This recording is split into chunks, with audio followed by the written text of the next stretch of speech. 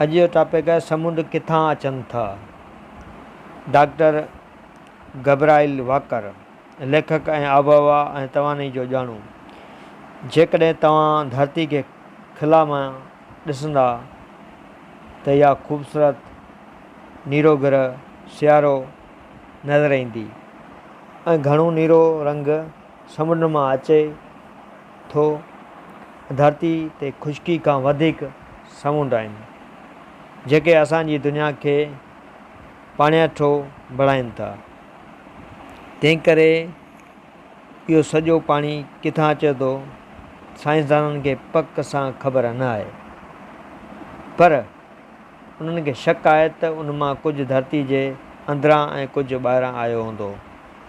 कंहिं बि ग्रह या एतिरे क़दुरु जो सिज जी पैदाइश खां 4500 मिलियन साल अॻु असां सभिनी जी इब्तिदा हिकु चकर काटींदड़ गैस ऐं धूड़ मंझां थी, जंहिंमें पाणी बि शामिल हो। नेठि इहो समूरो मवादु ढेरनि जी सूरत में हिक ॿिए सां ॻंढणु शुरू थियो।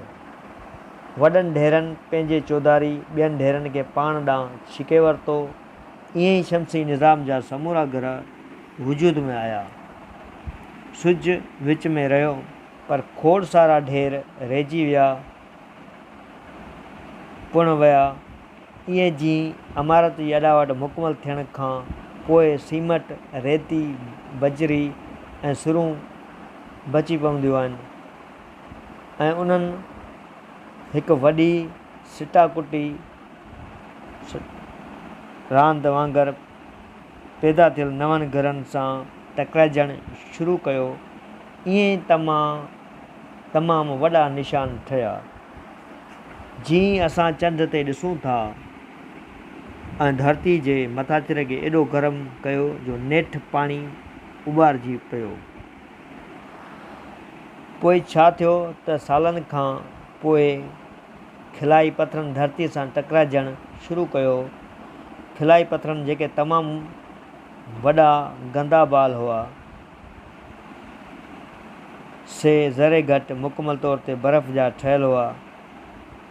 तंहिं करे जॾहिं उहे हिते लथा त उन्हनि पंहिंजे बर्फ़ सां समूंड ठाहिण शुरू कया।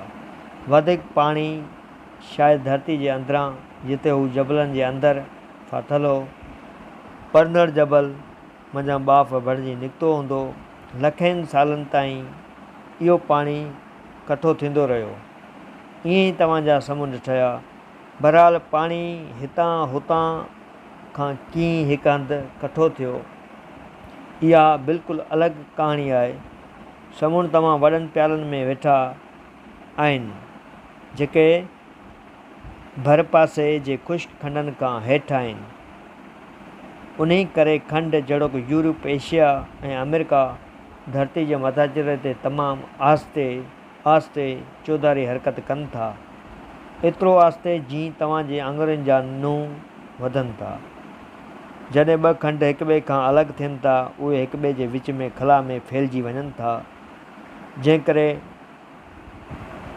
टॉपिक है समुंड किथां अचनि था। समुंड लाइ डॉक्टर गब्राइल वाकर, जेको लेखक ऐं आबहवा ऐं तवानी करण लाइ तयारु हुजे। जेकॾहिं तव्हां धरती खे खिला मां ॾिसंदा उहे विच वारे गुंजाइश खे निपोड़े नीरो ग्रह सियारो वेंदे तेसिताईं जो नज़र समुंड न बचे ऐं घणो नीरो रंग समुंड मां जॾहिं खंडनि जा ॿ टुकर वेझा थिया ते ख़ुश्की खां वधीक ताक़तवर हिमालय जबल ठहियो, जेके असांजी दुनिया खे ईंदा विया जो पाणियाठो विच वारे समुंड खे गिड़काए छॾियो ऐं पोइ हिक ॿिए सां टकराइजी इहो सॼो पाणी किथां अचे थो साइंसदाननि खे पक सां ख़बर न आहे ठाहियो। पर